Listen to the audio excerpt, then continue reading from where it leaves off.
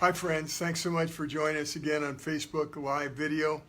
I really enjoy your feedback and all the comments you make and the way you share it with others. It's very encouraging. You know, when it comes to sharing the gospel, we have lots of opportunities to do that. I'm always targeting people who are in the red zone, that is open to God, responsive. But sometimes we're going to come across people who are not in the red zone, they're not close to God, they're skeptics. And I want to talk a little bit about when you come across somebody who is a skeptic. And I want to share a story that goes along with it. But it's helpful for me to keep in mind a chain. And there's a first link in the chain, and there's a whole lot of links, and there's a end link. And I use that as an analogy. The first link was somebody starts thinking about God. The last link is when a person actually receives Christ. And all the links along the way are the conversations and experiences and times that move the people along the chain toward Christ, towards crossing the line of faith. And so sometimes we're going to be the first link where we help people start thinking about God. Sometimes we get to be the last link of helping people cross the line of faith. But most often we're going to be a link in the chain, just one of the links that move people a little bit towards Christ. And that's why I want to be a positive influence on them for Christ and help them respond in a positive way. So, as you know, I played football at UCLA. Well, I went to UCLA on a football scholarship, and before I got very far along, I got injured. And that took me out of the game completely. But I continued to work with the team throughout the years I was at UCLA. In our final year there, we went to the Rose Bowl and won the Rose Bowl game. And it was fantastic. And that was eons ago. That was 1966. Well, in 2016, that was the 50-year point. And so they had a reunion, a 50-year reunion of the entire football team. And I got to be part of that. And so at this remarkable dinner that we had the night before the game on a weekend, I had conversations with people that I hadn't seen for 50 years. And they were great. And one of the guys, this guy was crazy. I'll call his name Peter. He was crazy during those years. He was just over the top. And anyway, we laughed about some of the things that we talked about at that point. And somewhere in the conversation, I said, well, what is your church background? And he said, well, church is okay, but you lose me when you come to Easter. And I said, what? He said, you lose me when it comes to Easter. I said, what do you mean? He said, I don't believe in the resurrection of Jesus Christ. Okay, that's clear. Now I understand. So I said, Peter, let me give you a big picture on that. I lived in Colorado for 10 years, and they have prairie dogs there. And the prairie dogs are wonderful little, like squirrels that live in the ground. They're just really fun to watch. They're very playful. They come out of their holes. They run around and chase each other. They chirp. They get on their hind legs and chirp, and and sometimes they hug each other. I had a poster of two prairie dogs hugging each other. It says "Hugs feel good" at the bottom of the poster. Anyway, I'm looking at these prairie dogs, this whole school or family of prairie dogs, and this is an area for a subdivision they're going to be putting in here. And so I'm thinking, how do I communicate with the prairie dogs that destruction is coming and how to escape? You see, the only way I could do that is if I had the power to become a prairie dog. And then I could communicate at their level and in their language. But the problem is, if I became a prairie dog, then I would be as oblivious and ignorant about what's really going on and the danger that's coming as all the other prairie dogs.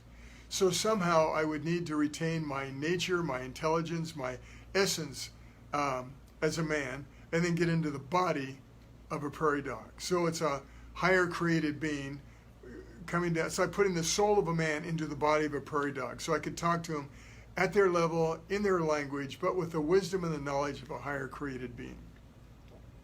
Well, Peter said to me, yeah, he didn't understand the implications. So I said, well, that's what God did. The infinite God of the universe came down and got into the body of a man, and that man was Jesus Christ. And Jesus did things and said things that only God could do in order to demonstrate, to prove that he was who he claimed to be, which is God incarnate, God in a man, the infinite God of the universe in the body of a man. And so he did things and he said things that only God could do to prove that he was who he claimed to be. And one of the things that he claimed is that, to give the ultimate proof, was that 3 days after he died, he said he's going to rise again from the dead. And that is exactly what happened. And the resurrection of Jesus Christ is the ultimate proof that he was who he claimed to be, the Son of God, God incarnate.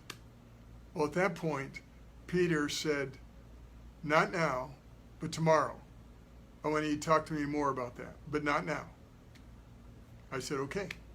And he left. And I thought I would probably never see him again. He's an attorney, so I figured that was just his blow-off. The next day, we were in this huge tent at the Rose Bowl, and there were about 500 of the football players and their families and friends that were in there. And to my surprise, Peter found me.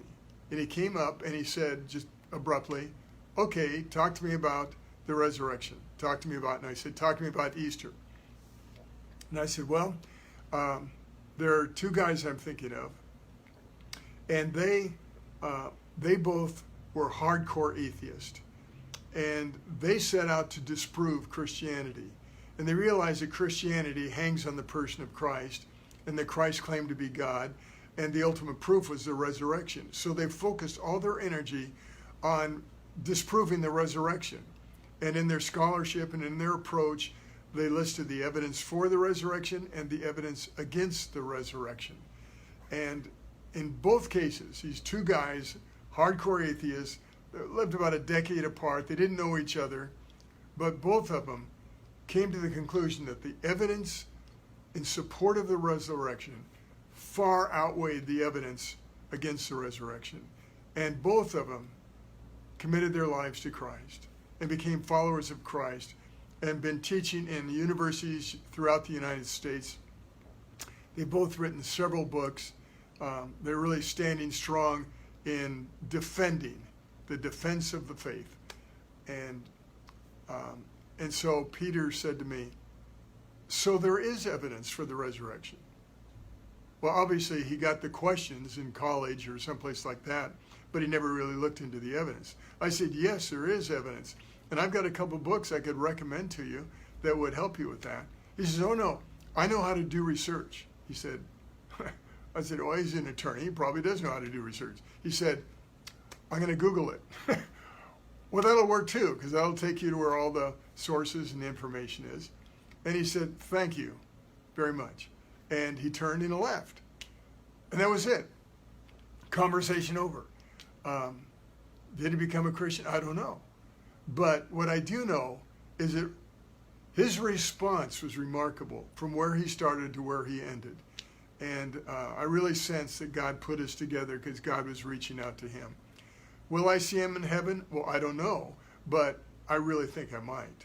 I think I probably will, because I sense that God is pursuing him. So listen, when it comes to dealing with skeptics, often the Spirit of God just gives you thoughts on how to respond, what to say to help the person you're talking to. Sometimes I don't know the answer, so then I go home and I study it and I find the answer, and I'm better prepared next time around. But again, be a link in the chain. My goal is to be a positive influence on them for Christ and seek to point them in the right direction. I don't ever want to be pushy or in their face or condemning. I just want to entrust them and moving them in the right direction. Be a positive influence on people for Christ. Well, I hope this has been helpful for you. If it has, be sure and share it with others on Facebook. And if you want more information, you want to like us and follow us on Facebook. And if you want all of our information and resources, you can go to our website, howtoshareyourfaith.com. I really appreciate all the comments that you make, and I endeavor to respond to those. God bless you, friends, as you are here with me trying to learn how we can make a difference in people's lives for Christ. See you later.